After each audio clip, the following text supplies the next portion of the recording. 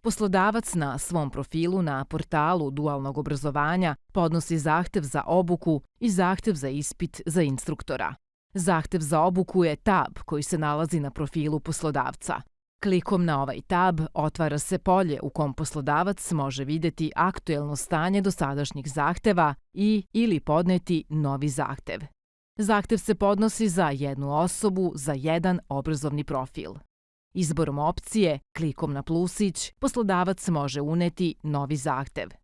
Podaci o poslodavcu, kao što su PIB, matični broj i naziv poslodavca, prikazuju se automatski.